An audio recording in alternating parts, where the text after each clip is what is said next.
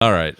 Recording is going. We got all the stuff. Do we really, though? Hold on. I screwed that up. Okay, that's fine. Okay, we're recording for real, and here we go. I'll do a little countdown, as is tradition, in 3, 2, 1. What the hell are you talking about, Frankenstein? Don't go blaming the beer.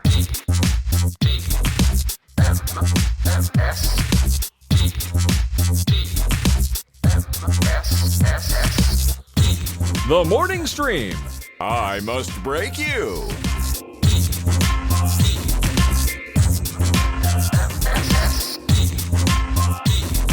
Hello, everybody. Welcome to TMS. It's the morning stream for June 6th, 2024. I'm Scott Johnson with Brian Ibbett. Brian Ibbett. Yeah. Hey, good to be here for the morning stream. Ready to be here. Boy, that'd be an annoying way to talk, wouldn't it? All day. That would be horrible. Let's not ever do that. No. We Ever. learned. Well, it was a good to learn a little lesson before we get to going here that we'll never do that ever again. All right, everybody? All right. Speaking of things we never want to do again, I don't want to offend anybody again. So yesterday I said some stuff on the show that some people took very offensively, and I didn't realize it was going to be that big of a deal. But I want to apologize right up front for some discussion that happened around my neighbor. He was hanging some laundry out on his thing. And it was all about ladies' panties, and I think I took it too far in describing some of them. It was mostly a size issue. I was not trying to give anyone any crap. I was really it was all about just observing this, what I thought was strange behavior from my neighbor, and trying to make sense of it. So big sorry. I did not mean to do that. Was not out to offend anybody yesterday with that discussion. So please accept my apology. For that. We don't fat shame here at all. It's it was a comedic way to describe panties. Yeah, I mean, I've only ever. I have to admit, it's built into me. The comment specifically was me calling them granny panties, which implies, I guess, old large lady pants or something, or underwear. And I don't know. That was just in me. So it's not in me anymore. I'll be more thoughtful about using a comment like that in the future. See, and I take granny panties. I don't take them as a size thing. I take them as a coverage issue. Like, I think of granny panties. Maybe let's shift some of that hate towards me, Scott. Yeah. Let's have Brian take the reins of this horse for a second. My email address. It's hunter@ratevegas.com. No, it's think of them as just like an extra coverage issue. It's not the thing that you're going to wear if you're going on a date where you're expecting your partner to see you walking around in them. It's I just want some full-on coverage, every nook and cranny covered, no cinching, no bunching, no none of that. Yeah, to me, they're just an era. They're just a thing like that. But anyway, I feel bad, and I don't want, we have a lot of amazing women in our audience. This is not aimed at anybody. This is just me using the wrong words. So apologies, everybody, and hope you can forgive me for that. Sure. By the way, Rainbow Bright, thank you very much. Yes, I need not panties. I need to pronounce them as draws. Yeah, you draws. Yeah, your drawers. Get your drawers. And I'm trying to think what we called them. As my mom probably referred to them. They were probably panties. Yeah, it is one of those words that it's. I don't like it. I've never liked it. Yeah. It's not quite like saying I don't want to say the word moist right around panties, but saying webinar or quick. Yeah, another one. These are some of these words. Synergy. Doily, gymnasium, all of it. We don't like any of it. Yeah, exactly. Yeah. All right. Oh, knickers. I like knickers. No, knickers are fun. Knickers. Yeah, knickers are fun. That's a thing we could take from our foreign friends. Yeah. All right, we're going to do a little history today. You also got to say that very carefully, too, yes. Oh, knickers, do you? Oh, yeah, you do. That's right. That thing is very adjacent to a word we don't want to say out loud. It is, exactly, yes. Or in private, ever. We don't want to say it. No. It's not nice. Yeah. Not a good word. All right, check this out. Yesterday is history today. We haven't done one of these in a bit, and I thought today was interesting. Well, yeah. There's a lot of talk about France because there's the Normandy anniversary and all that stuff's going on. Cannes Film Festival just ended. France, they're in the news. Mm-hmm. And found some interesting stuff about France. For example, today, in 1716, it's a long time ago, the French, I'm going to blame the French for something. The French transport the first African slaves to Louisiana. Our entire nightmare of American slavery started because the French sent a boat over with slaves. I blame the Damn French. you, French. All right, there's one thing. Then in 1944, Operation Overlord, which I just mentioned, D-Day begins as the 156,000-strong Allied expedition force lands in Normandy, France during World War II. Did you know, though, that it was delayed for rain? Did you know that? Oh, really? It was a rain delay? Yeah. Like, we can't storm the beach. It's raining. Let's put it off a couple days. I think that's freaking hilarious that they did that. Funny, yeah. I heard we're postponed on account of rain. Yeah. Sorry. Like, how do you still have the element of surprise if you postpone it based on rain? Did the Germans just know everything was coming? They probably did. I guess they must have, yeah. Because they had the little pill boxes. Or were they waiting out there like, I don't think they're going to show up. Maybe they got scared from the rain. Puny French and Americans. Rain is nothing, yavon. Okay, and then let's move up. Let's jump up and see if any of this is connected. So we have, slave trade begins here in the States in earnest. World War II's biggest offensive happens. And then finally in 1998, the TV sitcom dramedy Sex and the City premiered on HBO in the U.S. I'm not saying these things are connected. No, I'm just saying. Not saying it. Yeah. It's a weird. Very interesting. I didn't realize. So I knew that today also happens to be Tina's and my 32nd anniversary. Oh shit! Congratulations. What are you gonna? 32 freaking years. Are you gonna do anything big? You gonna? Yeah, we're going out to dinner tonight at a place called The Keg. It's a fancy schmancy place. Yeah. Does sound fancy. That's why I'm wearing my best Spider-Man button-up shirt. I mean, look, good one for this. They'll kick you out if they have one there in case you don't have one. They'll give it to you. That's right, exactly, sir. We know it's 5 sizes too large, but we have a nicer Spider-Man button-up shirt that we'd like you to wear, and a jacket that looks like you're the ringleader at the Barnum and Bailey Circus. Yeah, it's that or you have to leave. So exactly. Think what you have to do. That's great. Yeah, 32 we years, knew we got married on D-Day, but we didn't realize when Sex and the City premiered that it was actually on our anniversary. It would have been 6 years into our marriage, and we did watch that show that Family Guy lovingly called the story of an aging hooker and her 3 daughters. Wow, I've not heard that episode. That's pretty funny. How Sex and the City, isn't that show about the lady hooker and her 3 daughters? It's a weird Peter, but I like it. It's a good Peter. Yeah, it was a little. I don't practice Peter very much. I like it. Stewie, yes, but I don't practice Peter. I don't practice Peter. Congratulations, dude. I had no idea it was today. That's fantastic. Congratulations. Yeah. Was it? What was the day of the week that you got married? If you go back, I'm sure it was a Saturday. It was. Okay. See, I don't hold with these people like my niece who got married on a freaking Thursday morning. What is that about? On a Thursday morning? That is kind of nuts. I get it though. Like you probably get a much better rate from the place you're having your wedding. I'm actually glad that coming up in October, my niece is getting married on a Thursday night because it allows me the next day to fly out to the southeast tadpole meetup. Oh, so nice timing. Thank goodness they aren't doing the Saturday because I would have had to cancel. Yeah, no, well done everybody with the timing and the whatnot. Yeah, because I have to officiate, so I actually have to be there at that wedding. I've actually gotta connect the two. Did you do the online thing? I'm going to. Yeah, I guess I probably should do that. I don't know. It takes 15 minutes and you're approved right away, right? It's really easy. It's so stupid simple. It almost makes me mad how easy it is. Why is it so easy to get the power to join two people in holy matrimony and so difficult to switch your carrier from AT&T to T-Mobile? No, you're 100% right. Why does that take 4 hours? It's one of those life's conundrums. It doesn't make any damn sense to me how, like, when I approached that for the first time and someone asked me to marry them, it was my nephew. And I've done, 4 cents or something? It's all based on the exact same one, by the way, the same card I got in the mail. I'm thinking, it's marriage. It's a big deal. We're always legislating it and saying who can or can't get married. And if you're not married, all these tax things go away. Like all this importance surrounding marriage, the institution, almost as old as time. And yet Scott can get online and in less than 10 minutes, I'm a minister who can just marry people left and right. Like it's not a problem unless I'm in Vegas. They won't let me do it there.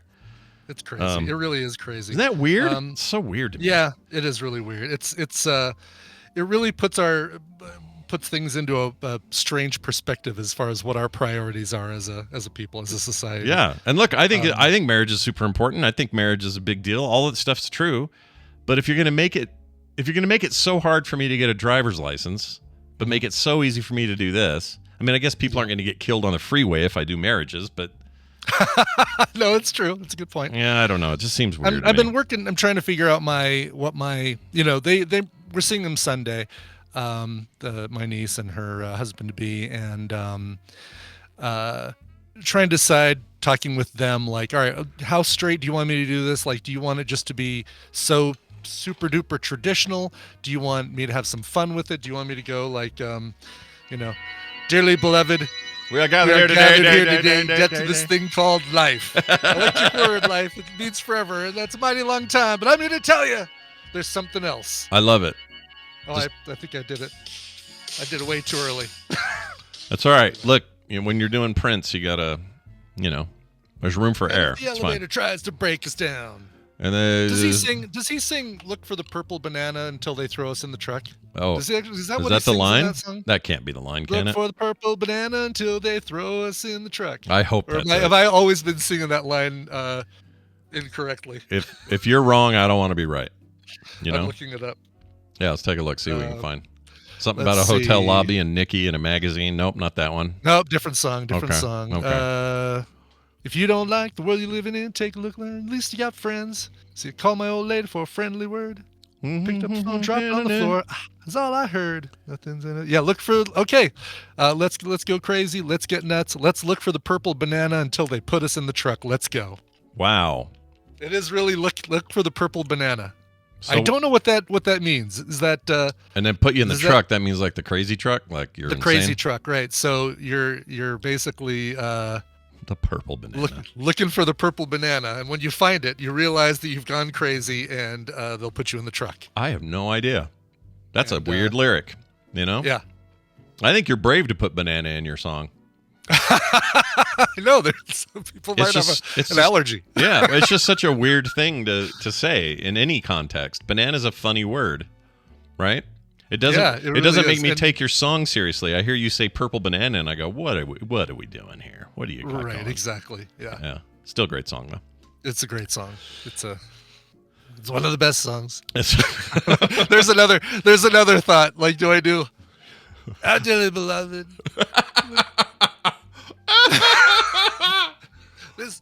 This whole marriage is a sham. It's rigged. Purple bananas. I love Jared, him. as we call him. We call him Jared. We call him Groomy Jared. Oh my gosh, there was amazing Jared. Who was the Subway guy? Jared. What was his last name? Jared Fogle. Yeah. Fogle, a known pedophile. Jared Fogle. There was an episode of Smiling Friends this season, just recently. Last couple episodes. Okay. Yeah. And they played out a big long Jared Fogle joke that was equal parts very uncomfortable and really funny. You guys have to watch Smiling Friends. I'm telling you, that is one of the great.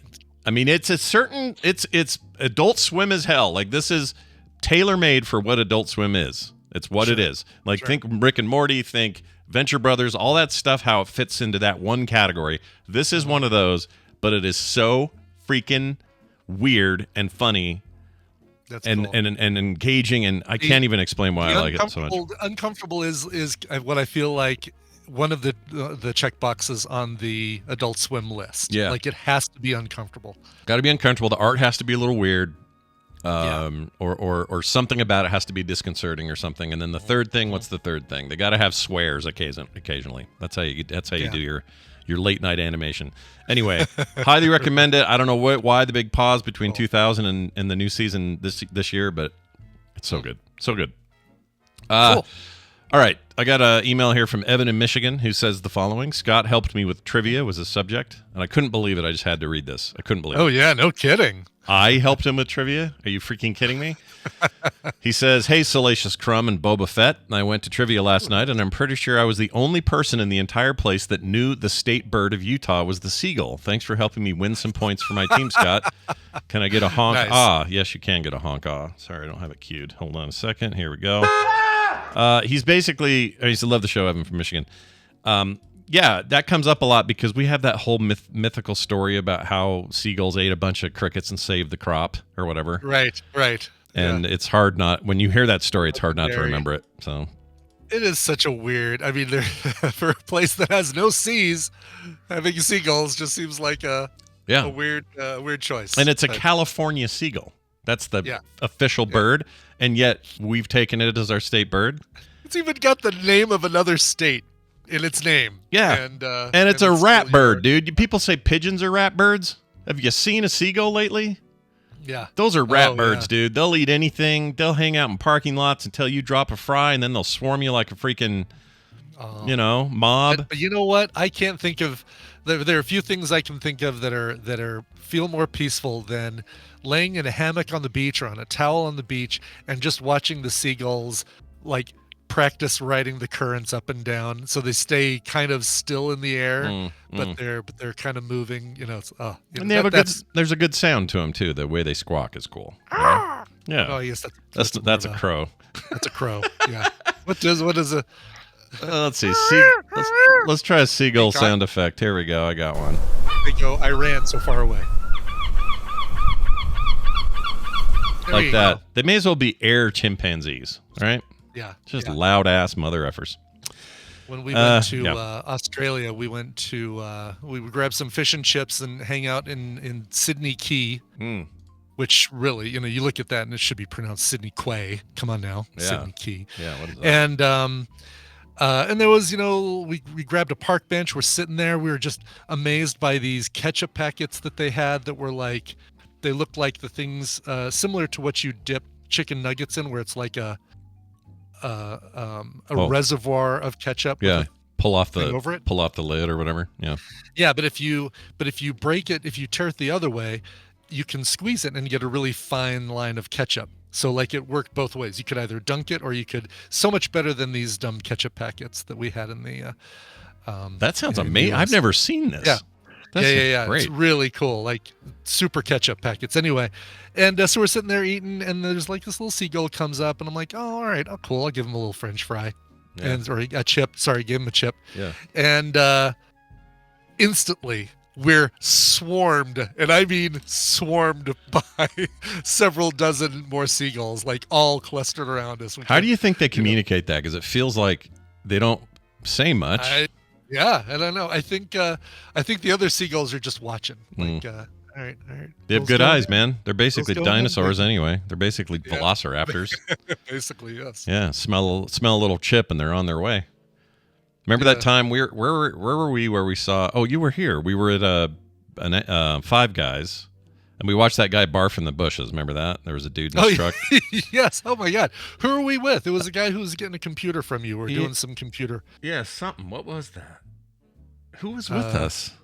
I only remember you. Why don't I remember who the other? I know there was another person, but I don't remember who they were. They were local. Oh, it's Matt Anderson from Matt Anderson. Right. Oh my God. Yeah. What was his WoW character? I don't remember. He was great though. He was a good. Raided with him all the time. Yeah. He was a great healer. He was always healing everybody. I can't think of his character name, but Matt was there. Haven't talked to him in a while. Anyway, we see this guy barf in a bush, and then we watch a swarm of, 150 seagulls all just descended on this guy's barf patty and ate his barf patty. Yeah. Yeah. Pretty gross. All the while you're trying to, explain what this weird pink sauce is. Oh, right, because in Utah we all think it's normal, but you go out of this state and you're like, people don't know what you're asking for. Sauce. Yeah. So it's called the Heinz tomato ketchup dip and squeeze, and you can get them here now. The dip and squeeze tomato ketchups. Dip and squeeze. So is that dip and squeeze? It's a thing I can just get. Like I can buy. You can get a whole big ass box of them from Amazon, and let's see here. Oh yeah, look at those. Oh, I've never seen these before. This is cool. Yeah, and so you can either tear off the top and get a really fine line of ketchup, or you just tear off the bottom, and you can dip your fries into that. There you go, Chad. There's a picture. They even give you a simple to easy to use description here. You can either dip to peel. Exactly. Like tear to squeeze. This is cool. Yeah. Yeah. You know what it reminds me of? That reminds me of. I'm sure you had these classes. I had college courses that were all about designing better versions of this kind of shit. So it was like a pop can that or a soda can that does I don't know what the deal was. Like, you don't have to lift it up, or I can't remember, or it self seals when you're done, or I can't remember what it was. Exactly, something like that, right? Like coming up with any other better kind of marketing idea. Yeah. We did, and the whole time I'm thinking, what company is kind of benefiting from having a 30-person think tank per class, right? Yeah. And 5 of these a week with different students. 150-person think tank of ideas for free. Oh, here's a bunch of ideas for free. Take them. Yeah, I always wondered about that too. If maybe this ketchup thing came from a class.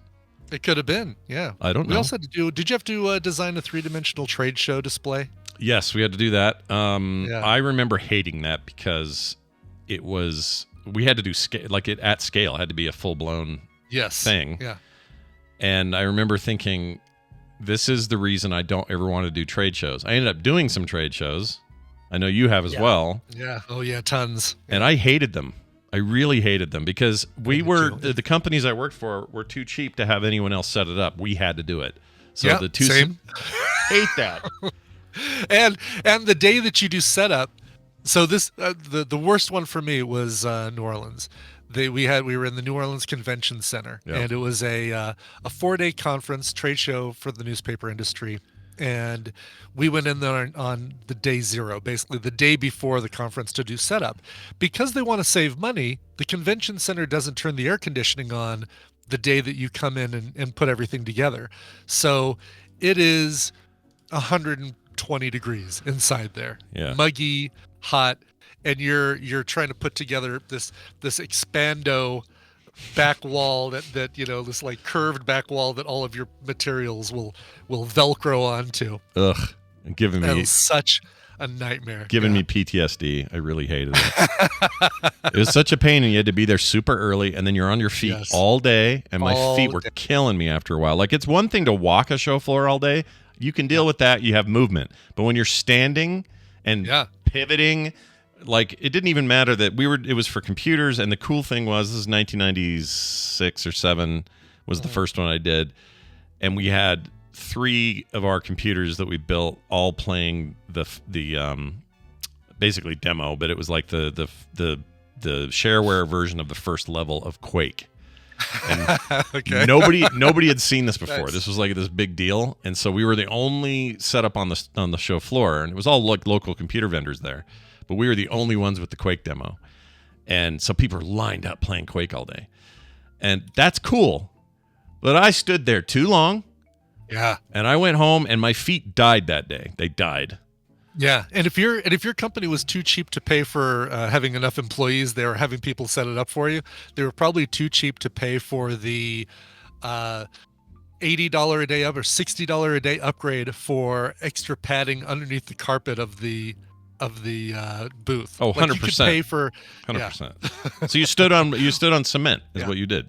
Yep. When our CEO would come to the trade show, we'd get that. So we were always kind of hoping the CEO was coming along because, like, we're going to get the good padding underneath the carpet. Yeah, we just never hated it. And I probably only did 4 total, but I hated every single one of those things.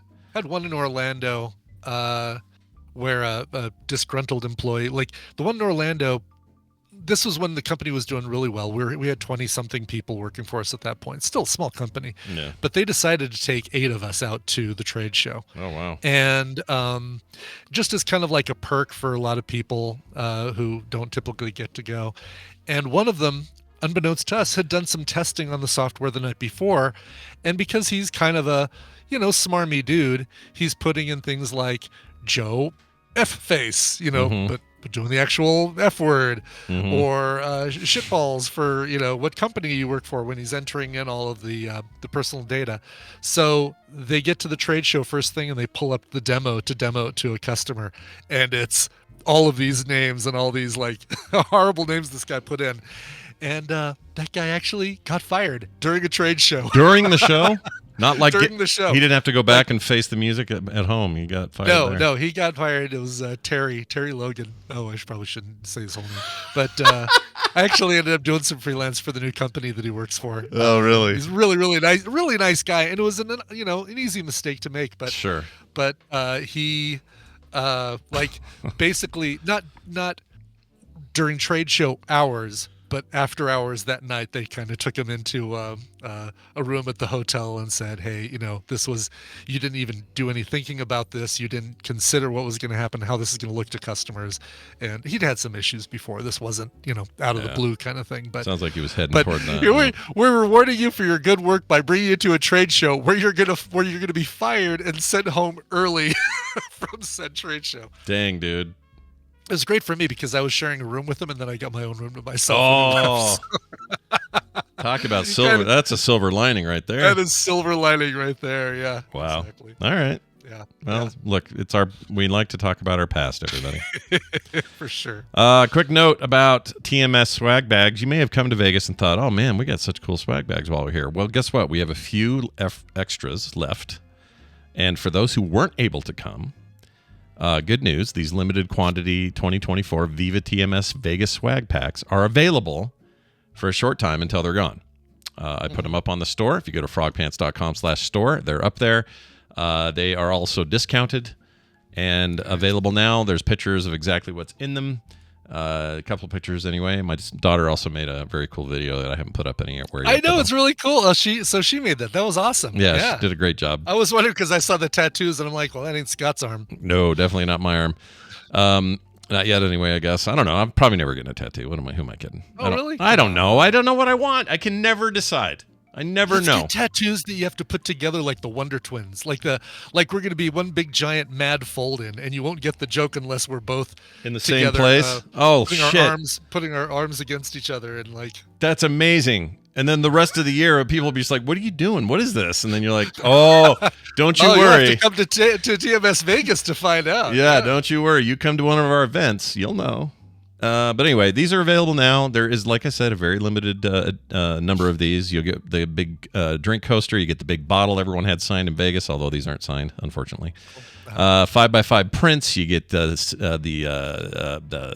challenge coin and the whatnots. But hurry, because there aren't very many. So if you want one, you wants gotta to go. know if you're putting the badges and the lanyards in there too. Got those in there? Oh, you know what? Yes, I brought those here, right? Shit. Yeah, I think Kim would know. I'll make sure. If they're here, yes, they're going in also. Very good point. Thank you. Thank you for that. Well, thank Amy. Yeah. Thank you, Amy. All right. Anyway, go get it. frogpants.com/store. It's the first one there. You can't miss it.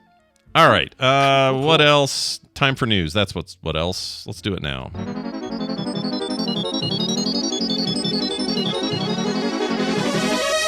It's time for the news, and it's brought to you by... Brought to you by which gas is formed when a hydrogen bomb is detonated? Okay. This is not a movie, so this is just straight trivia.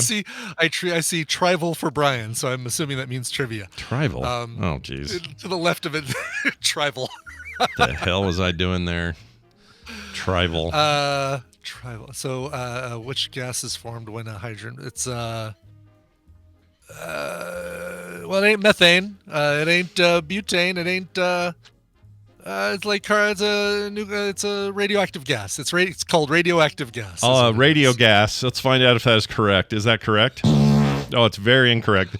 What is the correct answer is helium. Helium is created. Oh, really? Is generated when the hydrogen bomb is detonated. That's so when that goes off, that's why before everyone dies, they all get really high voices, and then they.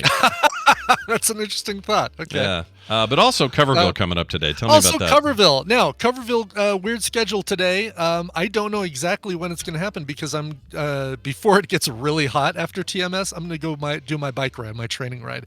So instead of it being at noon, it's going to be sometime this afternoon, but it's going to be a good one. I want you to know that I'm happy for you because you're going to be listening to this Coverville featuring the music of Alanis Morissette, who just turned 50 this week.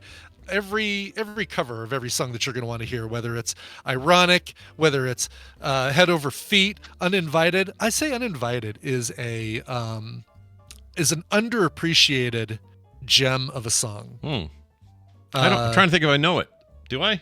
It's the name's not working for me for some reason. You're uninvited. I still don't know. Yeah, I know. Anyway, it's that. So you'll hear it. You actually hear a really good version by a band called Bell Saint. Oh my God, it's so good. As well as covers that she's done. You probably know that she did a cover of Crazy by Seal. Maybe you even know that she did a cover of Basket Case by Green Day. But did you know she did a cover with Willie Nelson of On the Road Again? No. Yeah, she did. Wow. So that'll be on the show as well. Show Coverville today at whatever time it happens. Sure. If you go to twitch.tv/Coverville and just say, give me notifications when Brian goes live, well, there you go. Wow. You'll be notified when I go live and you'll hear it. That sounds great. Has anybody checked in on him, Willie Nelson? Is he doing all right? He's okay, right? Sure, he's fine. 90 Don't say his name a third time, though. 91 years old. Nilly Wellson, I'll call him. Nilly Wellson, yes. yeah. Imagine pot keeps you young. He's still touring. He's fine. Yeah, he's fine. Yeah. I mean, he's old as dirt itself, but whatever. Here's some stories here for you. Speaking of death, let's talk about this one. A U.S. woman declared dead, found alive at a funeral home. She died later. Oh, this is like Scott's worst fear. Oh, it's a nightmare. But she died later. She died later anyway after they found her. But anyway, a woman in Nebraska initially pronounced dead at a nursing home was later found to be alive at a funeral home, authorities have confirmed. This is before they tried to embalm her or do any of that stuff. An emergency call was made on Monday by staff at a funeral home in Waverly near Lincoln. This is in Nebraska, of course, who notified them that the 74-year-old was still breathing and performed CPR on her. Constance Glantz. Now that's an old name. It's a great name. Amazing. I have not heard that. That's an amazing name. Holy crap. I have a restraining order because of my Constance Glantz. Yeah, right? I feel like I got to get mine looked at. Anyway, has been pronounced dead by staff at a nearby nursing home for 2 hours earlier that day. She was taken to a local hospital. Police are investigating the incident, but say they have not found evidence of criminal intent by the nursing home. This is a very unusual case, says Chief Deputy Ben Houchin from the Lancaster County Sheriff's Office in a press briefing. Quote, been doing this for 31 years and nothing like this has ever gotten to this point before, unquote. Jeez. Yeah. I don't know what he sounds like. Coroner was not... Nebraska, probably dead on. Like something close to that, right? A coroner was was not sent to the nursing home because Mrs. Glantz had been... that's Glantz, by the way, everybody. Yeah, Glantz, yeah. Has been placed in a hospice care and had circumstances that did not fall within the coroner's remit. I like that word. Mrs. Glantz's death has been anticipated, he says. We anticipate you know what? We can anticipate everyone's death, really. Yeah, really. I mean, that's kind of one of the guarantees in life, like taxes. There are very few. There's very few absolutes. One of them is you're all going to die one day. All right? All right. There's a joke in here somewhere about taking a second glance. Yeah, or a glancing off of something, is she dead? I don't know. Take a second glance. Yeah, take a second chance for Constance Glantz. Oh my gosh, Constance Glantz, second chance. It didn't last long. She died a few hours later. So after they held a pillow over her face because they pretty much already paid for everything. I just saw that episode of Seinfeld last night where George acts like he's dying because he has tonsillitis, and he goes, "Just end it, Jerry. Just end it now." And Jerry goes, "Okay," and grabs a pillow and starts smothering him just as a joke. Right, yes. And George freaks out, and then when Elaine walks in, she goes, "Jerry, what are you doing?" And he turns around and goes, "Elaine, what are you doing here?" Yes, it's a fantastic scene. So good. Yeah. Anyway, let's see. Her current condition is not known. They confirmed her family had been notified. Anyway, oh no, we do know her condition. The follow-up is that she died. The current condition is known. She's dead. Yeah, this article is not updated, but I found one that did. Gotcha. Okay. Yeah, she passed away. Farewell, Constance Glantz. Yeah. You were here only so briefly. All right, a raisin. You know, the little shriveled up grape deal. Yeah, 2 scoops in your raisin bran. Yeah, it's supposed to be all you need in the morning. Right. A toddler. A raisin was found in a toddler's nose after 3 months of mystery surrounding it. This is a little like me putting a mystery. Like, where's the raisin? Yeah, where did our raisin go? I mean, this is like when I was a kid and I put the little screw bits in my nose like an idiot. Oh, God. I still have problems with that side of my nose as a result. When you put a peanut into Kim's marinara sauce. Yeah, we'll never know the fate of that thing. Someone ate it. because all that's gone now. It all got used. Somebody put it in their spaghetti. A friend, a neighbor. Didn't even notice it. You know, they probably noticed as they were heating it up and said, like, they poured it into a pot and said, "What's this?" Oh, all right, I'll toss that. Yeah, that looks like a bean that went bad, or like maybe it's just a Right. part of the problem. A large chunk of garlic. Yeah. I mean, at that stage and being in there that long is probably kind of pickled looking, and weird. Yeah. So Probably. yeah, I feel like I dodged a real social faux pas moment by nobody noticing. Yeah. Anyway, a raisin was found in this kid's nose. A toddler who suffered sinus pain and lethargy for nearly 3 months was found to have a raisin up her nose. Peyton Handley of Cumbernauld, North Lancashire, so we're back over to Europe, folks, told her parents, Craig and Christy, that she had a pain and would scratch around the area. But despite several GP appointments, that general practitioner, I assume is what that means. Yeah, general practitioner, yep. Nothing was found until a 3-year-old was taken to Queen Elizabeth University Hospital in Glasgow. Oh, very good, yes. Yes, named after the Queen. Once there, ear, nose, and throat ENT specialists managed to solve the mystery by fishing out a raisin that had been lodged in her nose. Mrs. Hanley, a former Army medic herself, told BBC Radio Scotland, Good Morning Scotland program, with an E, that that's how they do it over there, that his daughter had been showing symptoms like bad breath all for about 4 months. I mean, kids get bad breath. That's a weird thing to notice. I mean, Yeah. Oh, yeah. they're all stinky little weirdos. They get all the time. Yeah. This is so where is this? Lanarkshire. And I was thinking Lancashire. I was gonna start singing I read the news today, oh boy. But this isn't Lancashire. This is Lanarkshire. Lanarkshire. You know where that is, Zoe? Oh, it's Scotland, looks like, because they wouldn't have taken. Oh, yeah, you go to Or- Glasgow, it would be Scotland. You Yeah, go it would be to Glasgow, Scotland. yeah. Okay. Yeah. Well, it's the UK. It's the United Kingdom. All right. It's the United- It says here, we put it down to being viral and kids catching everything. Well, yeah, of course you would. We had brought her to the GP. Oh, Nick had a tooth fall out today, and that's early. Supposed to not have that till he's like 7 or 8 or whatever, but... You said Nick. I think you mean Van. Oh, I meant Van. Did I say Nick? You said Nick. Like, poor kid loses a toe and then loses a tooth. I know, that would be a rough couple of days. Here, I'll show you the video of this, actually. He got it yanked. I mean, it was loose enough to just kind of fall out, but... Yeah. Where is it? Yeah, here we go. All right, Chad, I'm going to just put this on repeat, show you, and Brian, I'll put it in our Discord. So they hooked him up to the dealio, to the door there with some, I think it's just floss. Oh, look at this. Oh, wow. Yeah. And then, boink, and it worked. God, isn't that, I mean, it works really well, but man, isn't that just the anticipation knowing it? He's got a great little smile about it, though. That's Oh, good. he's stoked. He loves this. He thinks this is like Christmas. I don't know why. He's freaking weird about it, but he loves it. Does he push the door? I guess I'll watch the video. Does he push the door himself? Or does No, somebody I else think do his it? mom shuts it, and he never. just not even any movement from him. It is like, Yep. that tooth would have fallen out. Yeah, had he it was not on done- its way out, and he was apparently didn't cry or nothing. He was just like, "Oh, cool, my tooth's out." Now he's really excited because now he gets his first all that tooth fairy bullshit and all that. So Yeah. he's very excited. Okay, yeah, he's 5. It's a little early at 5 to get your teeth out, but he also got teeth early for a baby. Those things came in quick. Yeah. Anyway, they took out this damn thing out of this kid's nose. The kid's totally fine. All good now.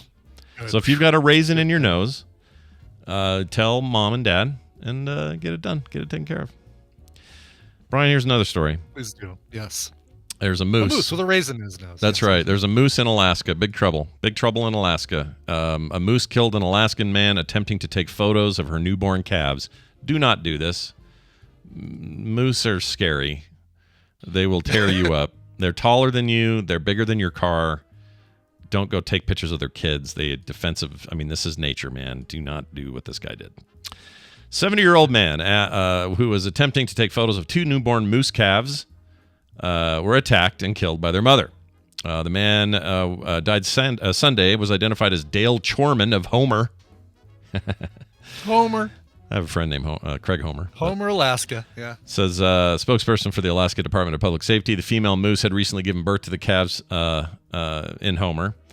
As they were walking through the brush, this is a quote, looking at the moose or looking for the moose, that's when the cow moose attacked Dale. I didn't know they were called a cow. That's interesting.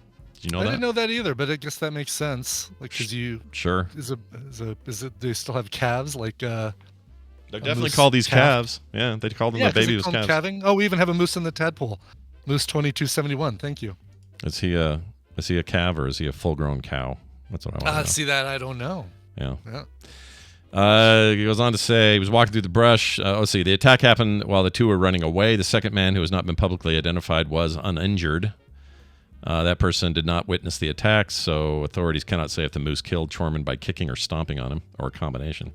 But these are wild, monstrous animals. Have you seen the size of a moose lately, Brian, when they're like walking on the freeway? It's horrifying. Yeah. Oh, yeah. We get them in. So if you go up to Estes Park during the right time of year, or maybe as some would say the wrong time of year, there's they come out and the moose come out and they're calving and there's a noise that they make too, and they call it not braying because that's what donkeys do, but something like that. And they make these terrific noises, and they take over the entire golf course up there. Oh my gosh, that's amazing. Yeah. Yeah. That's great. How do you get any golfing done? You just have to deal with it? You don't. Those poor golfers, wherever will they find to play this sport that takes up so much of our great land in this country? I mean, look at the I'm showing the chat room this one of a car. Yeah. I'll look at Unbelievable. I mean, they're so, it's just. They are massive. Yeah. There's big, you always hear about how big certain animals are. No one talks about these things. These things are. And they suck at magic, we learned as kids. Yeah, they're not great at magic. Something up his sleeve, presto. Oops, I should have done some other thing. Maybe it's the wrong hat. Yep. Hey, Rocky. But then, me pull a rabbit out of my hat. But then there was always something we'd really like from Rocky after that. At least, exactly. And it was usually some time travel with Mr. Sherman and Peabody. Yeah. Quiet you, he'd say to that kid. No, that was The Simpsons. Anyway, there's that. That's a fun story for people who like death and mooses. Here's another one. Parents share. This one makes me laugh. I don't know why, because I just think parents should be a little bit better at managing their kids. Watching what their kids are doing. Correct. Yeah. Parents share warning after son spends $4,000 playing video games. Sure. Parents Michael and Jennifer Ferry are speaking out and sharing a warning for other parents after they learned their 8-year-old son unintentionally racked up $4,000 in charges on their credit card while playing games. Quote, I mean, I lost my mind, unquote, says Jennifer Ferry. Mm-hmm. She was on Good Morning America. That's a thing in the morning there. It is. She found this out about her son, Joey, and this is after months, Ferris was finally able to get a full refund, but said her experience was a precautionary tale. I think sometimes it's confusing as to what is real money and what is fake money, says Michael Ferry.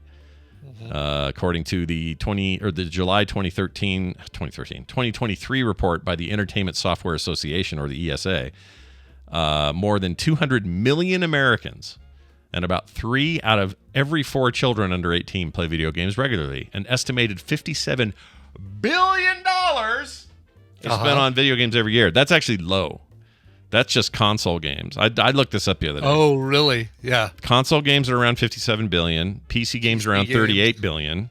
Wow. And mobile's at 90-something billion on mobile. Jeez. 90? Wow. I mean, it's worldwide. It's not just the States, but... Yeah. And this might just be the States, but anyway, that's a lot of cosmetics purchased in Fashland, folks. Mm-hmm. You guys are buying way too many of the cosmetics in Fashland. That's right. Careful in Don't go to Fashland unprepared. All right. It says here. Let's see. I'm trying to figure out what game he spent it on. It doesn't say. I know. I wish it would say, but yeah, don't. I mean, the kid's playing Fortnite on that screen, so. Yeah. I don't know if that's a fake screen or not, though. Who knows? But yeah, it's like buying the skins and stuff like that, and you can set things up to limit that. They all have parental controls. Every single one of these has parental controls. So that's why I'm a little annoyed that it's like precautionary tale should be not that the kid did parents it. To watch better, pay more attention to their kids than we did. Yeah. Yeah. I mean, basically that's it. Yeah. Don't. I mean, I'm not saying everybody's 100% educated on how this stuff works, but maybe get educated on it because it's all there. Yeah. A lot of this stuff by default, yeah, stuff is enabled for that, and you have to turn it off to say, okay, yeah, allow my child to make purchases without asking me. And they probably did that, he's asking us for these $1.99 purchases too much. Okay, yes, we'll turn that function off, and then he just went like crazy on it. But yeah. I have some sympathy, but not too much. Yeah. Freaking get you. And she got a refund, so it's all fine. So here's the cautionary tale. Let your kids play games. Use the parental controls that are built into all this. At the base level, it's on your phone. At the base level, it's on your consoles. On the base level, it's on your PCs and your Macs.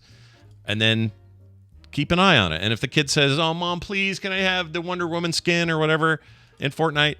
Then if you want them to, then you do it. You go in there and you show them the value of that money. You make him take out the trash or do something for it. Like, parent, damn it. Exactly. Yes. That's all I'm asking. Just parent.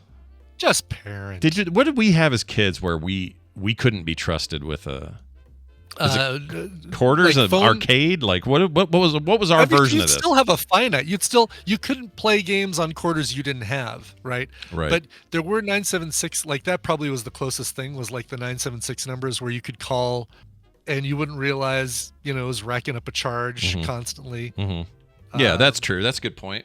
What else did we have like that? That's really it. Yeah. I mean, we had, so you could take a phone and I guess you still had to have a payment method though. No, right? it would bill it to the phone company. So you wouldn't get the bill. You wouldn't know that you did it or that your child did it until the phone company bill came. So if you called 1-900-HOT ladies or something, right, when you're 14, thinking you're getting away with something, your parents would get this bill and it would say the name of it and they'd come out, "Oh, that sounds like a thing somebody went through. Somebody felt the sting on that." I'm trying to remember like pay-per-view movies. A couple of people have said this in the chat. I can't remember if with our cable company, if you had to enter in a credit card or something when you ordered a pay-per-view movie. It felt like there were, like you went through like 5 hoops to finally get the pay-per-view thing you wanted. Like before you actually got it. Right. From the time you said, "Ooh, I'd like to watch that."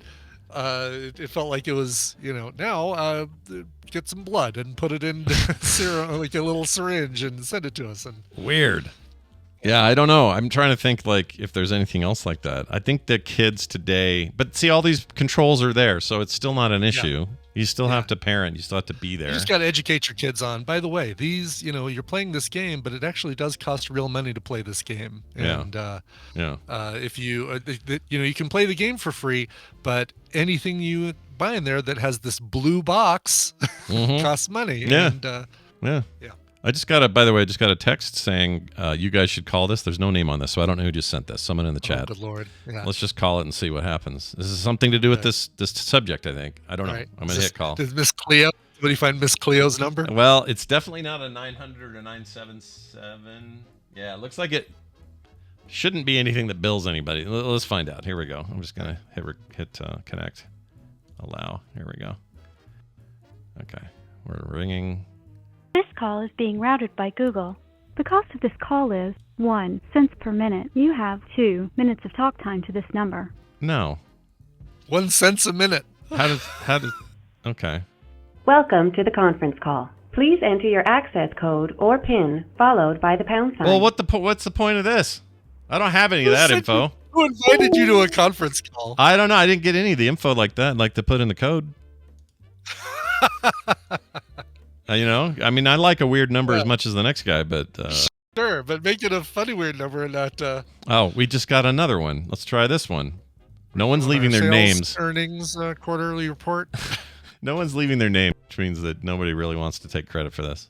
Yeah. All right, what do we got here? This is it's ringing. Maybe it says it's what's going on? Okay. Welcome to the conference call. The same thing? What is happening? Quit doing that, whoever you are. I'm no longer trusting these texts. All right, we're going to take a break. When we come back to this break, my sister Wendi will be here. We got a quick follow-up and then a new subject this week that we're going to read through and try to help somebody out. It's Therapy Thursday. Yes, that's right. So prepare yourselves accordingly. Brian, let's play a song before she gets here. Yeah, this is something new.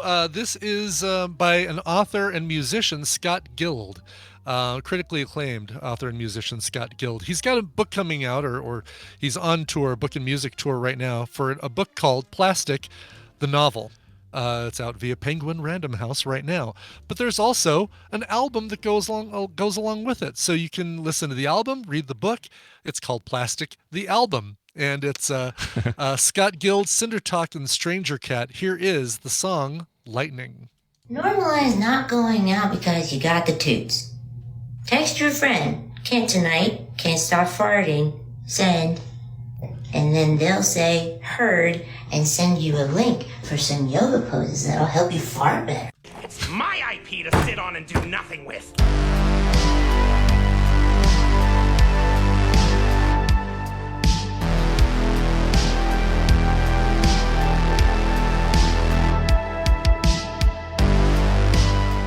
Yes. Remind us one more time who that was. Sure. From Plastic, the album, which you can listen to while you read Plastic, the book, that's Scott Gild, Cinder Talkin' Stranger Cat, and a song called Lightning. Nice. Nothing wrong with a little lightning. Nothing at all. Let's see here. Wendi is currently grayed out. That's never a good sign, but we're going to give it a shot. Oh, we're going to try anyway. My guess is that just means, I don't know what it means. Could be just her phone doesn't means link. Nothing. That doesn't mean anything. I think she'll be here. I think she'll have good advice regardless. Yeah. Everything's going to be fine. She always does. Oh, I just got a message. While we're waiting for her, this is an interesting little event. There's a dude. So our next door neighbors are moving to South Carolina to fix up a house for their parents who are making a vacation home there, and they're going to live there for a year while they do it. Wow. And here they're going to rent their house to somebody for the year, and then they'll come back. Okay. And Somebody they've vetted, right? You're not just going to get some rando. Exactly. Yeah. They're doing walkthroughs. They're trying to make sure they're people they like and all this sort of thing. And he's keeping my next door neighbor's name is Mike, super nice guy, always sending me updates like, all right, we had these people walk through. We don't know what they're going to do. You know, he's just letting us know. He's very cool. Yeah. Love this guy. Good. He just told me today. Where is it? Okay. You know that, so we got an NHL team, right? We got the Utah, whatever we're going to call them. Right. And no name to be named later. Yes. Yeah. And the guy that walked through the house yesterday is the coach of the new team. Ooh. So we're going to get an NHL coach next door just for a year, potentially, if it all works out. We're going to get the coach of the NHL team living there while I think they're building or something. So this is like a temporary solution for them. Yeah. And so for a year anyway, I may have that. I mean, we'll see how friendly it is. I smell tickets. Yeah, right? Give me some of those fancy tickets up in the balcony and all that. Or what do you call it? The room. What do they call those? The floor seats. No. What are the ones box seats? Box seats. That's what I'm looking for. Box seats. Oh, gotcha. Where they bring you the food and the whatnot. Here's another Minnesota tradition that's not so easy to throw in the garbage. What do you think of that, Wendi? We're getting the coach for the new NHL team, possibly living right next door to me. What do you think of that? What? Yeah. What are they going to name it? The team, we don't know yet. It's right now. It's a big tight race between Yeti, Mammoth, Blizzard, and I forgot the other one. Yeti, I think, is in the lead, but I've said I'll say it again on the public record. If they call it the Salt Lake Yeti, I'm in. If they call it the Utah Yeti, I'm out. That sounds stupid. It's too awkward. It's too awkward to say. Yeti. Yeah, I don't like it. So anyway, we'll see what happens. But this coach is in the interim because he's just moving here and needs a place while his house gets built in a year or over a year. And so they're going to live next door potentially. So right now it looks like they are the most possible renters that are happening, and I'm going to get tickets out of this. I swear. Heck yeah, let's hope. Yeah, that's my goal. Anyway, hi Wendi. It's nice to hear and see you. I don't see you, but I hear you. How are you? Yeah. How's it going? I'm good. Yeah. I'm seeing you in my mind. Yeah, we just picture you for far Great. away. Ready to rub that in. Yep. Absolutely. I cannot remember what either of you look like. No. Okay. Well, That's good. We need to do events more often. Sure. Matt was here last night. He says hi because he knew I was going to talk to you today. So, your brother Matt. We had I recorded this on my diary podcast, but Matt and I sat down for like 40 minutes and just talked about what it was like to come to America, what his memories of the place were before he got here from Korea. Does he have memories specifically to the orphanage? And man, he has some stories I have never heard before. Oh, wow. That's cool. I haven't listened to that one yet. Yeah. So you all want to check that one out. Listen to that on my ride. It was also very funny. He's a goofball. So we had a good time. Well, yeah, that we know. We talked about how he used to chase us through the house with chewed up food. Do you remember that, Wendi? That was a thing. Yes. Anyway, we talked about that. Such an effective weapon. Oh, it was amazing. Just a little piece of pizza in a baggie, and we were like dying. Yeah, it was not even like out of the baggie. It was protected, sort of. That's so weird. He's a weird dude. But it's worth listening and checking that out, everybody. If you get a second, you can find it at frogpants.com/diary, either the podcast or the video version, whatever you want. Wendi, I'm going to read a quick follow-up before we get to our subject. Is that all right? Yeah. All right. I got this from... I don't know if we got a name. We didn't get a name, but he says this. Hi, Scott, Brian, and Wendi. I'm listening to episode 2649. It was called Ivan the Frequent. You three, are talking about food, and Brian said something about you wouldn't eat just a tortilla. But it would, but if it was cut up and deep fried, then you would eat it. I just wanted to pop in and say I am one of the different ones. I rather enjoy a plain tortilla as a snack. No more than 2 if I'm really, really hungry. And sometimes I have them with a side of salsa. My bonus dad enjoys the with peanut butter. What does that mean? My bonus dad. Bonus dad. I think stepdad is a bonus dad. Okay. Bonus dad enjoys them with peanut butter. Love the show, though. Okay. I'll fully admit I do this with a bag of tortillas. Too. Yeah, I think, was it Brian Dunaway who said it? Because I like a good tortilla as well. I'll just grab one while I'm waiting for my green chili to heat up. I'm going to start eating. Good point. Maybe it's Dunaway. Yeah. I don't know. But we were talking to Wendi at the time, so I don't know where this came from. It's weird. Yeah, I think I said a joke about that you wouldn't eat 9 tortillas, but you would. That's what it is. Yes. 9 tortillas if they were cut in triangles. Oh, and served with salsa. That's it. Yep. Okay. Yeah. No. Bring me a bag of good ones. I'm happy to have some tortillas that way. But eat 9. That's the real. Yeah. That's because that is how many I'll eat if you bring them to me deep fried and cut into little triangles. No, they'll grow. They'll expand to the point that you'll want to die. Don't be eating that. That's a bad idea. All right, let's get to the actual subject. This is an email sent to me by Wendi over here. Okay. My sister, real therapist, by the way. If you're new to the segment, you're like, what's Scott's sister doing here? She's like does therapy. And so on Thursday, she, schlubs with us and we help people. She's legit. Yeah. She is legit. Too legit to quit, really. Here's how it goes. Hey, Wendi, Scott, and Brian, I had a question. I thought the 3 of you could shed some light on it. I'll bet Wendi sheds more light than us. But anyway, here we go.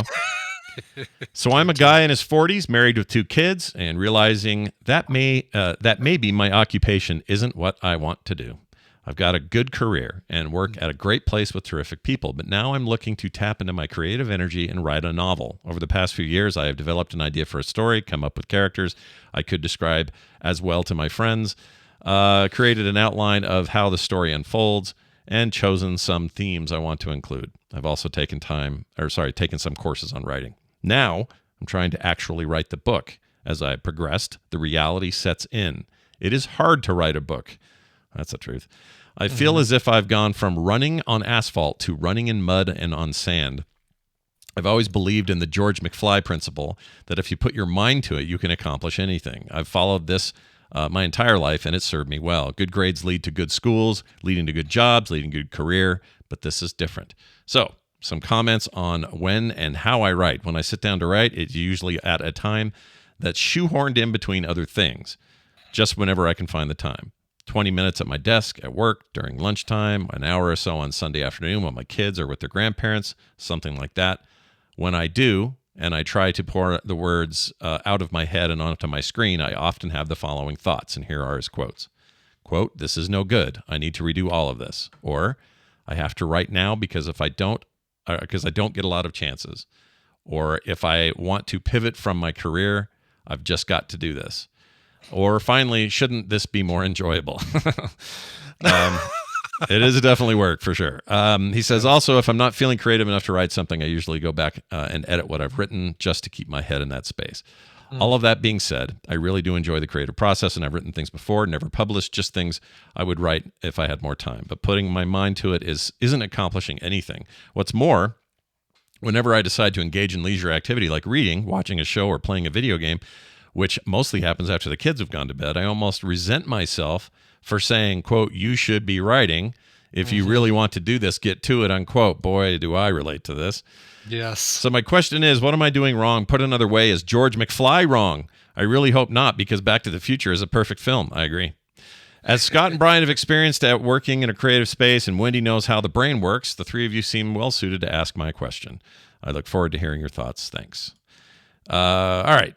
So a guy who's followed all the career advice he ever got and did all the right stuff, and now he wants to branch. He wants to do something different. What advice do we give this dude? I I got the original email, so I know that this person is a lawyer. Oh, wow. Okay, that's so very, very different than the creative outlet that he needs for sure. Yeah. Yes. And so I want, first of all, if you two could talk a little bit about just creativity, right? Like how do you tap into it? How do you, because lawyering, whatever form of lawyering this is, probably a really good writer naturally, right? Because trained to write well.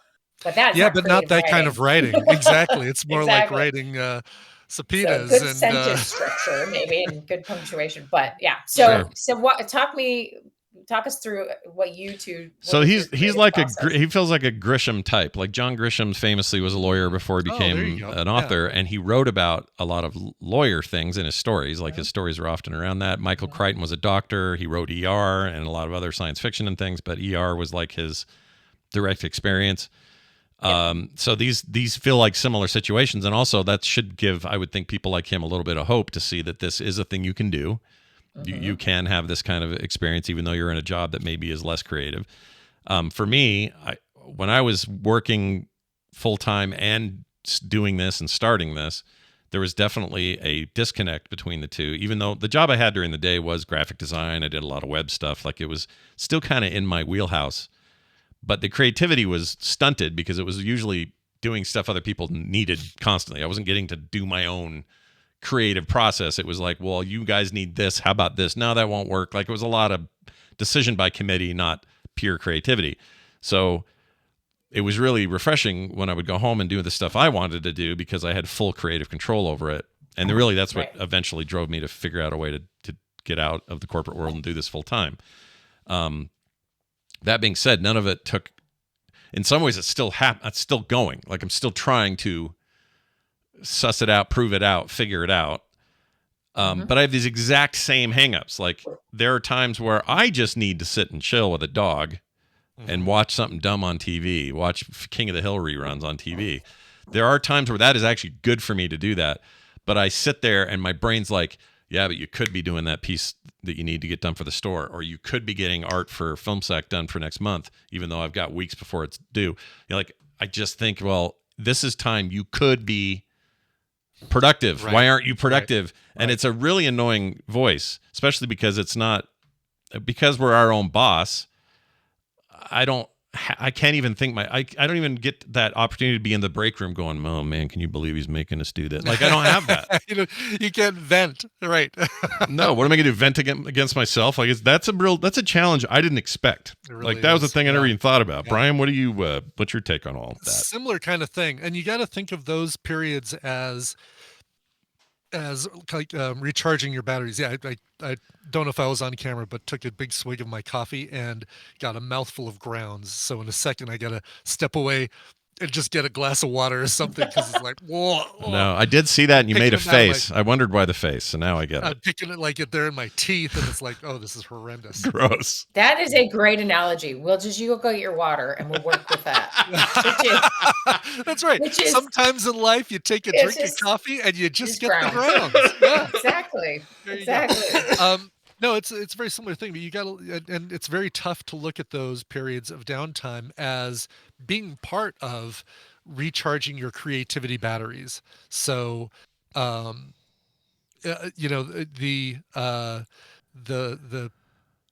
look at the day, you spend your day doing these things, and it's like, oh, getting this creativity out, or getting this thing out, and getting this thing done, and looking at this image to kind of create this other graphic, and then it's that downtime that if you just did just the output all the time, you'd have nothing left. You need some input. You need some, like, sitting on the couch playing with the dog. I get the cat hopping up on my lap. She's looking at me right now. And you need that time to recharge your batteries. And it's so hard when you work for yourself to think of that time as being productive because you're technically not producing anything. But you gotta fill the coffee pot to be able to generate the coffee, and that's the yeah. Sometimes you get a mouthful of grounds. Yeah, sometimes you get a mouthful of grounds. Yep.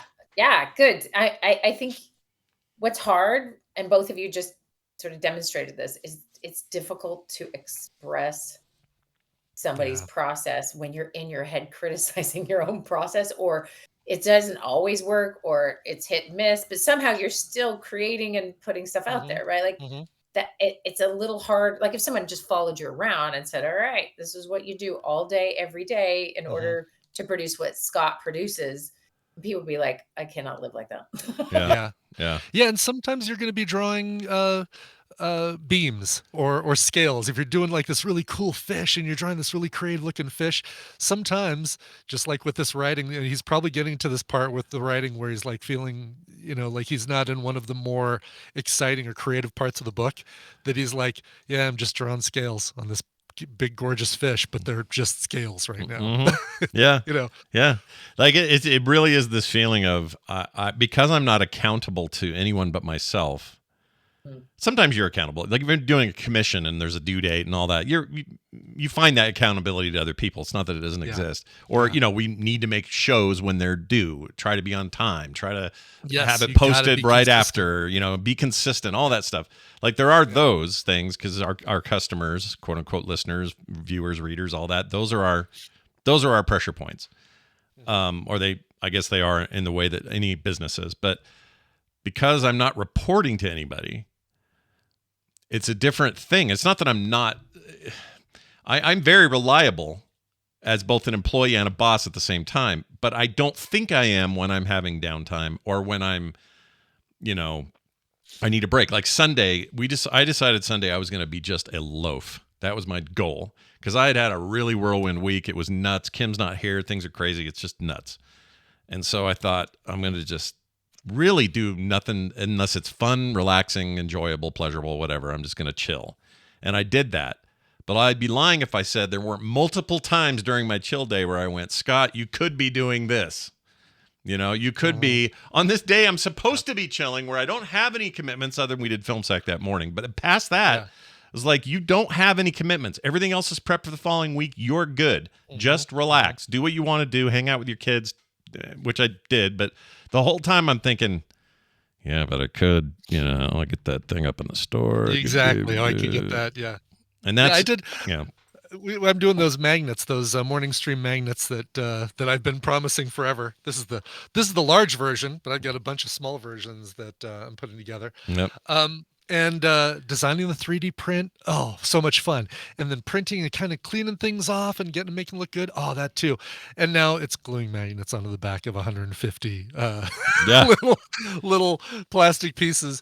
And I basically do it in the environment. So if you're having a hard time writing, take it to an environment that gives you some more joy. So do it outside. Take your iPad or your computer, laptop or whatever, and do some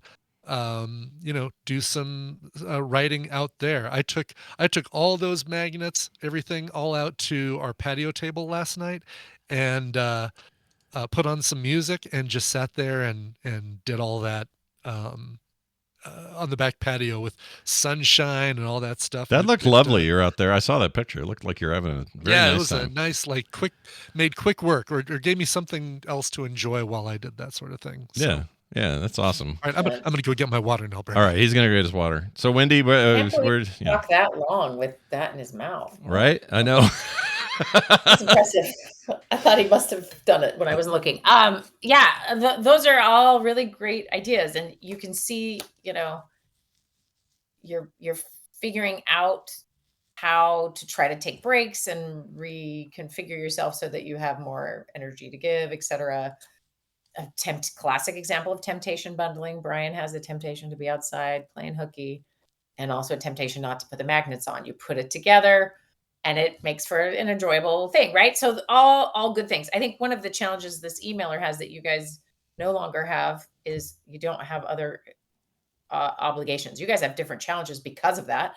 He has a full-time job as a lawyer and then a family and young kids, and how in the world do you both still do a decent enough job to get your paycheck and tap into your creative energy? So I have a couple thoughts on how to do that. And then wondering if, the community has a way to support this guy. I had a couple good thoughts on that. So let me start with this. All right. So everyone needs to figure out the best time of day they work.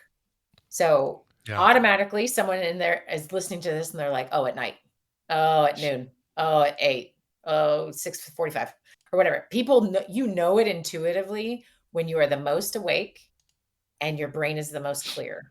I think the vast majority of people make the mistake of waking up and scrolling on their phones and ruining their best time of day. Yeah.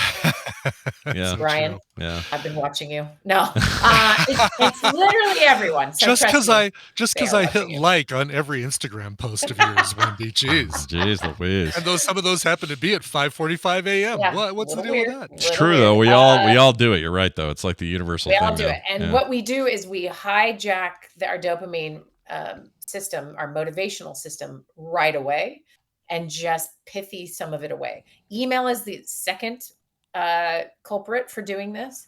So what happens is people wake up, let's say they're feeling really good. Doesn't matter even what time, but often morning. For a lot of people who work 8 to 5 gigs, they don't realize this, but once they have enough coffee in them or they are fully awake, that's usually their best working hours. And what do most people do in those best working hours? They do email. And email is like the worst version of scrolling because it's not fun. But it does take bits of dopamine. It delivers bits of dopamine and you're getting mini rewards. And you know the feeling when you send an email and you're like, done, checked, but you know they're going to respond. And that thing is now still a to-do. It's not over. And so think about it as you're just, it's non-nutritive. It's not great for you, but you got to do it. Our problem is we just time block it wrong. Yeah. So instead, what people ought to do is figure out their best working time. And that's where you do your deep work. So that is, do not mess with your dopamine system. Sit down, get some sunshine in your eyeballs, listen to music, whatever those other soothing preparatory, like the other day, I was so tired. This is a week. My kids are out of school. This is our last day. I feel like time is slipping through my hands. Like, I don't want them home. Okay. Anywho, I was like, I got to get up. I'm so tired. I want to get up. So I found a hype playlist. So I was just listening to Beastie Boys and it gets you out of bed. Nice. Look at you. Not get out of bed with a little Beastie Boy because or anything that's like a hype. We're going to win this sometimes game, Beastie Boys are what you want. Yeah, what you want. And Wendi, I could just picture her in there going, intergalactic planet, like getting all stoked in her room, getting up, Adam rolling his eyes. That's amazing. Like, what are you doing? And I'm like, I can't get up without Beastie Boys. And then I'm like dancing as I'm getting ready. Like it works. But if I did that every single day, it would stop working, right? This is the stupid thing about human brains. But sometimes we need something different, whatever. However, what we do is delete or just deplete is what I meant. Deplete our stores of dopamine for things that are of low consequence, though they still feel like we're being protective, and that's problematic, right? Yeah. So do your deep work. Now, I look at this schedule that this guy must live, and I think, dang, that you're not going to get to pick your optimal time if it's 10 a.m. because you're going to be at work, or if it's 6 p.m. you're going to be making dinner for kids. So I can't do any lawyering for the next hour. Gonna be doing some. Leave me alone. And actually, you're figuring out a way to time block times that are guarantees you will be writing is going to be your best bet. So no matter what, every morning, and I know this sounds horrifying, from 5 to 6 a.m. is when you write, or every night from 9 to 10 p.m. So what you're doing, or you do your lunch hour, or you say, I'm busy lawyering from 10 to 11, leave me alone, and you're actually writing. I mean, I'm not going to tell anybody, but you will time block it. So it's set in stone when you will do it. You show up every time, whether you write or not, or you write well or not, you just show up again and again and again and again, and you write. The other thing I noticed, let's see, about the self-talk. If you look at that, it's just like, this isn't good. Well, let's be clear. You're not an editor, you're a writer. So if you want to decide if something's good or not, then you should go read someone else's book. What you're doing is giving birth to a book, right? And if in the middle of labor, a woman's like, I don't know if I'm any good at this. Can we do this? Can we reschedule this for 1 p.m.? Right. And shouldn't this be more enjoyable? And the answer is no. The answer is Yeah. I'm here to do the work. And so I've talked about this book a long time. I think there's some tone updating it should really have, but the basis of it is still good, and that is The War of Art. So I would recommend he gets The War of Art, and you can read that thing in 5 minutes. This is the one by Stephen Pressfield, who wrote we talked about this before. The Legend of Bagger Vance. Yeah. Oh, right. Now this is all ringing a bell. We talked about this once, and I don't remember the context. He talks about resistance. Yeah. Like figuring out what your resistance is. And here's the best way to manage resistance is to keep showing up. There's resistance to showing up. So you got to figure out what that is too. Yeah. But to get yourself to sit down to write at all these times and to stop reading, quit editing, just write. Because I don't know when the last time you guys looked at the back of a book, you know how many names are usually back there of people to thank? You cannot do this alone. Yeah, first of all, you can't do someone else's job in the book writing process, which is being an editor. Yeah. And as a lawyer, you're probably decent at editing. You're probably really good at looking at the minutia, right? Isn't that your whole gig? And so you got to stop doing that. And I know it feels very opposite of what you're good at. And you're leaning into what I'm not good at, which is writing a creative novel, which is like giving birth, and I'm not editing. Yeah. So it really is very different. So when anyone has to do something really different to get what they want, you've got to train your brain to do that thing. And the best way to do it is by creating some habits and having social. So there's like a time thing and a social thing and accountability, right? So you're not alone doing it. And someone is also holding you accountable. So I would look at it like this. Find time blocking, find, an hour a day where you're writing, no matter what. Figure out where you can put that time. Sure. Trust me, you spend an hour doing dumb stuff all the time. We all do it, right? Yeah. And then do not let that bleed into your video game time at night or hanging out with your kids. It doesn't ever cross paths. Yeah. I write from 9 to 10 a.m. every morning. That's what I do, 5 to 6, whatever you got to do to fit into your life. And then the rest of the time, you are doing your life. And hopefully, you're getting excited about writing the next day. So I've told you this story before, but I love it. Roald Dahl, of course, a prolific, incredible writer. Right. He would do this thing where he would have a place, and then this is another thing, have a time and a place where you write. So I like Brian's idea, somewhere that it's self-motivating. So maybe it's, on a bus, maybe it's in a corner and it's not as lovely as a deck with sunshine. But if you can find a place where that is where you go to write, your body will associate that place with creating and writing. And the time of day, we're just using the way the brain gets traumatized to your advantage. It gets traumatized by memorizing the place it is, so you'll never get hurt again. We want it to memorize the place you are, and that's where you get creative. That's where you write. That's where you give birth to your book. Right. Okay, so place and time, and then you have this Roald Dahl. What he would do is he had a place and a time, so he would write all morning, and he would write to the pinnacle of his excitement. Like he was so excited for what was coming next, and would think it's so funny, and like he couldn't wait to get a pen on the paper, and he would walk away. And so he would come back the next day excited to write again. So that's not going to be everyone's personality, but I do think there is value in seeing that when you just think, oh, I want to write this down, maybe make a voice note or something, but don't go, you write during your writing time. Do not write during other times, because this dude does not have the life with the luxury to do that. Right. Right. So I might say something different if this was a full-time situation for someone, but I would still really encourage using the brain to help you do the hard part.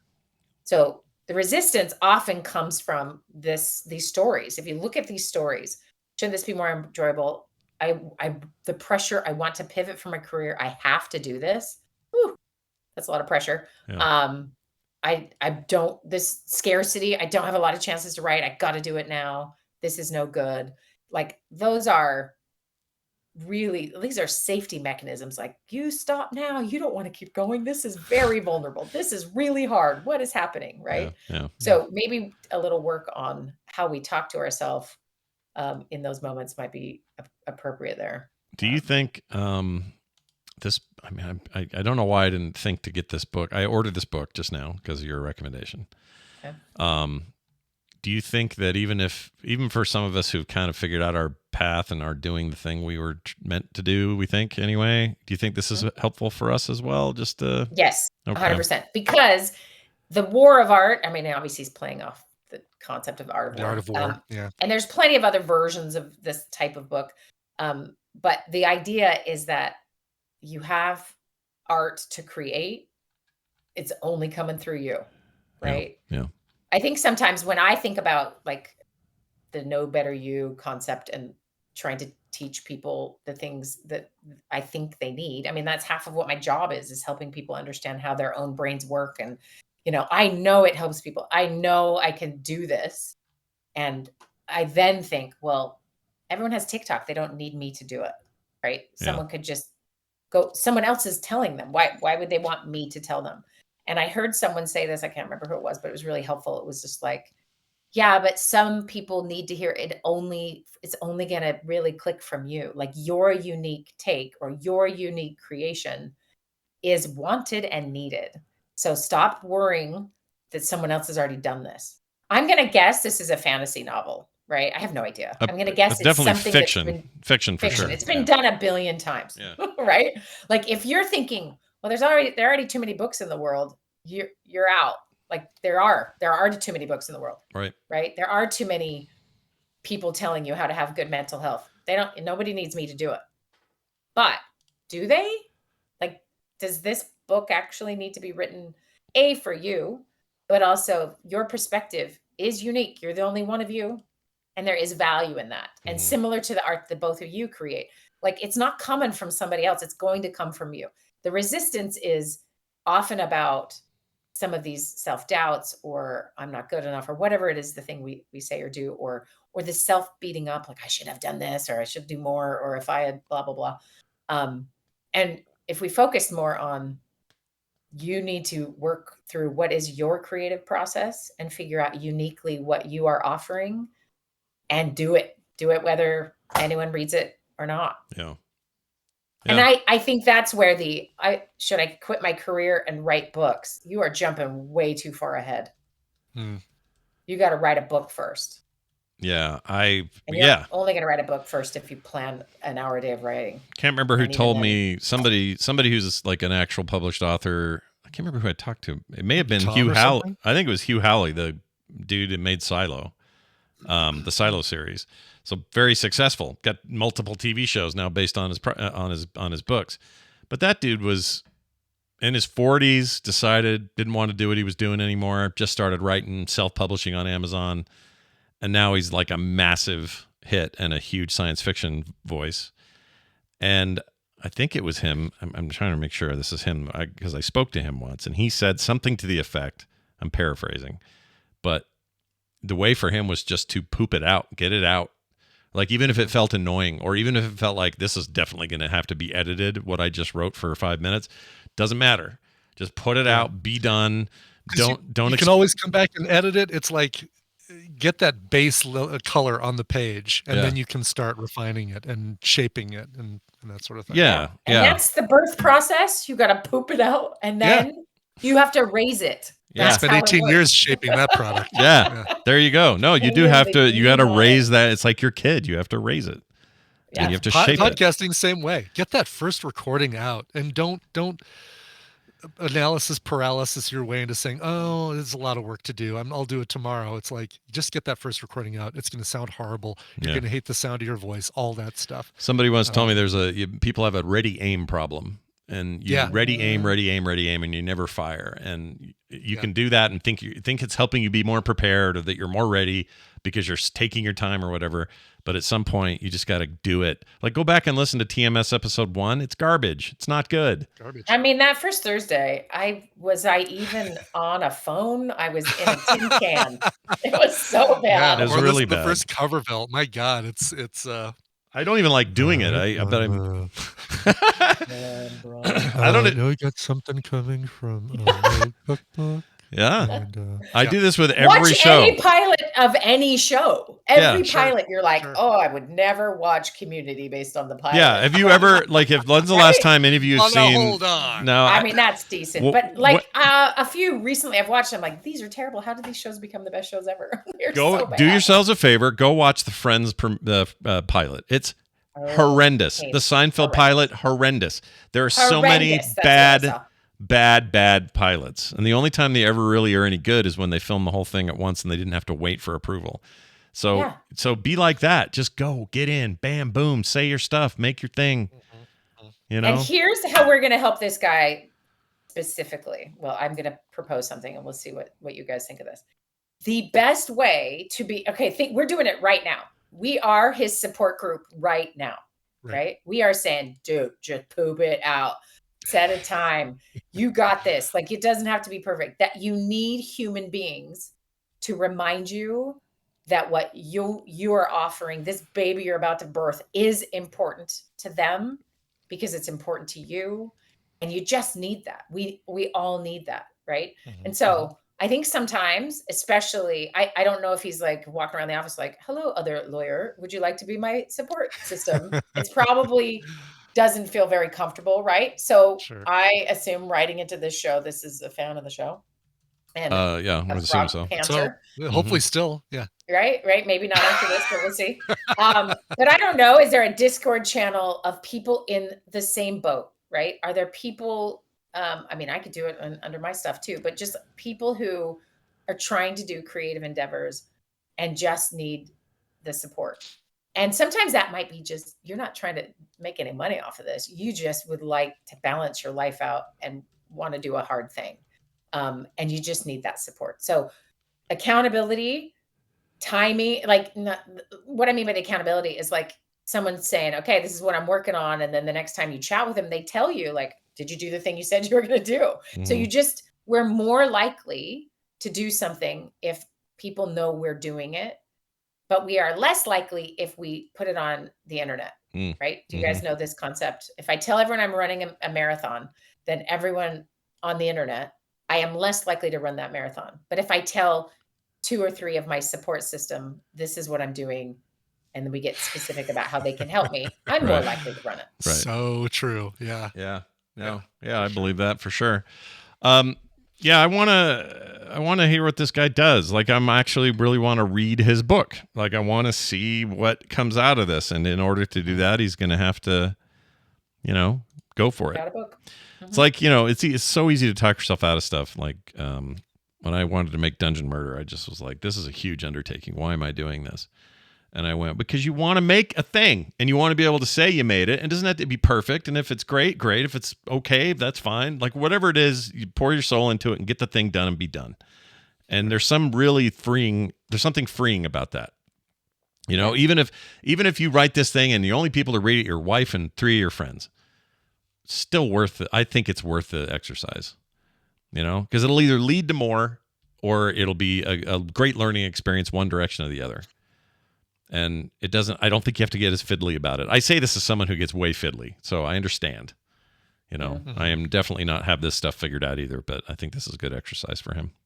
Right. And imagine having somebody remind you of that on a regular basis, remind you that they want this in the world and they want to help you do it, and you want to help them, right? That part is just, I think, crucial. So I want him to think about how to create that and then really manage time. Like I have a life that requires me to be, should get out of bed earlier and not use Beastie Boys, but I'm running out of steam. But that idea of like, if you don't make the time, none of this will happen because time will always be taken by a kid needing a thing or the school calling or a job that takes a lot of effort. So find where where you can balance that, but just dedicate some time. It's going to make a big difference. Yep, I agree. Let us know. We'd love to know how it goes. Wendi, any thoughts, updates, or otherwise stuff going on with the new program or anything you want to mention here on the show? Well, see, my Beastie Boys thing is giving you a hint. No, it's good. I'm starting to do some things this summer, you'll get notice when it's ready. But this is Okay. good accountability, Scott. See, we're Yay. doing it right now. Accountable. By July 1st, you will have really good information in your hands. Oh, that's fantastic. Well, How about that? summer's a little crazy. Things are kicking off. Kids are getting out of school. is. Stuff's going on, but that is good to hear. So people keep your eye on the prize. We'll, of course, talk about it here on the show. And Wendi, we wish you nothing but a fantastic week ahead. Thank you. All right. We'll see you later. Okay. May nobody chase you with a bag of chewed pizza. That's all I can say to her. Yeah, my brother's weird. Yeah. All right. Let's do. Oh, I got one more of these numbers to try. Somebody just sent one final text in. We're going to try this. When are we going to learn, Scott? Are we going to learn? We're going to learn this. This is the time we learn. All right. Okay. This All is supposedly something we would like. This person left no name, which makes me nervous, but we're going to try it. Let's see. Allow for the microphone. Here we go. Okay. Oh, it just hangs up. Well, whatever. Oh, he wrote back and said, "This is how to call Captain America." Then he quoted something. Viewers and fans can call Captain America for his interesting voice message. Okay, well, it didn't work. Well, then what's the point of that? If you're going to send me one that works, then I'll call. Okay, how about this one? There's another one. Hello, hola, yaate. You called Saul. You reached the offices of Saul Goodman and Associates, your one-stop shop for all things law. If they've accused you of breaking bad, better call Saul. If you're currently under arrest or in custody, follow my 3 patented rules. 1, keep your mouth shut. 2, keep your mouth shut. 3, don't make eye contact with anyone in a holding cell, unless you're looking to make a love connection. Visit my website for more free advice. BetterCallSaul.com. The solution to your problems is just minutes away. Your call is important to us. Please continue to hold. They're going to make us hold? Drug felonies, press 1. DUI, press 2. Slip and fall on government property, press 3. These don't work. Illegal animal smuggling, press 4. It just goes on. It just goes on. All right. Well, finally, somebody sent me something I can work with. That's good use of it. Yes. Yeah. Thank you for finally doing the thing you said you were going to do, people. Yeah. All right. That is it for today's show. Don't forget today sometime Coverville will come up. Keep around Brian's socials and stuff. Yep, Yeah, he'll let you know. Just subscribe, like and subscribe, smash that bell. You'll be notified when I go live. That's right. Yeah, but Alanis Morissette, it's good. Like, boy, I had some fun picking these songs. There's some great ones. So we love her. She's she's both ironic. America's sweetheart. Yeah. America's favorite theater guest. Yeah. Or I guess she's Canadians' favorite. That's Canada's true. favorite theater guest. Good That's point. true. You can't do that in Canada. We adopted her. She's great down here. We like her. Yeah, and she played for a while with Taylor Hawkins. Yeah, and what else can you ask for, really? Mm-hmm. For some reason, show notes just closed, and I don't know why. Hold on a second. There we go. I closed the tab without meaning to. Also, don't forget that you can head on over to frogpants.com/schedule. That'll tell you everything else that's coming up for the weekend, film sack, core, all that. Quick note, tomorrow's play date will be at 10 a.m. Mountain Time right here. We'll play with you. Play Retro will be at 12:30 tomorrow. And Core is tomorrow because we want to be there for Games Fest. We're not doing it tonight. It'll be tomorrow. Cool. Games Fest tomorrow will be a live watch-along episode. We do it every year. And we're doing it again this year. It just happens to be on a Friday. So check that out tomorrow night. And what else? I said Film Sack. I'm sure there's other things. Oh, and that interview with my brother just went up. So if you have a way to listen to the diary, go check that out as well. That is going to do it for us. Oh, and get your swag bags. If you didn't get one, couldn't come to Vegas for whatever reason, it's definitely cheaper than the one that included the ticket because tickets cost money too. But also it's a little bit on sale. So go check it out, frogpants.com/store, and you click it and you're in and you just choose it. And apparently there was something wrong with checkout a minute ago, but it seems to be working fine now. Good deal. Yeah, it seems to all be fine. So go check it out. That's going to do it. Brian, let's get out of here with a song. What do you got? I've got a song going out to Josh. Josh Vol said, I just subscribed on Twitch with my free Prime sub for the 48th month. Jeez. Dude, thanks, Josh. That's thanks amazing. for the 4 years of support for this. That's awesome. Yeah. Josh says, anything by the Lounge Kittens. By the way, he wrote this 2 months ago, but he didn't have a date on it, so it got put into a fill the hole. By the way, speaking of filling the hole, got a lot of open days for June, so get those requests in. And birthdays, anniversaries, love this song and want to hear it, or I don't know if you got a cover of this or that, and whatever. Go to frogpants.com/TMS and you'll see the link to make a request. Yep. All right, Lounge Kittens, from their Sequins and Sea Bombs album from 2016. This is the one I pulled out that I really, really enjoy. Kind of in that same postmodern jukebox style with a little bit of the Andrews Sisters thrown in for good measure. Here is AC/DC's Dirty Deeds Done Dirt Cheap. Have a great weekend. This show is part of the Frog Pants Network. Yes. Get more at frogpants.com.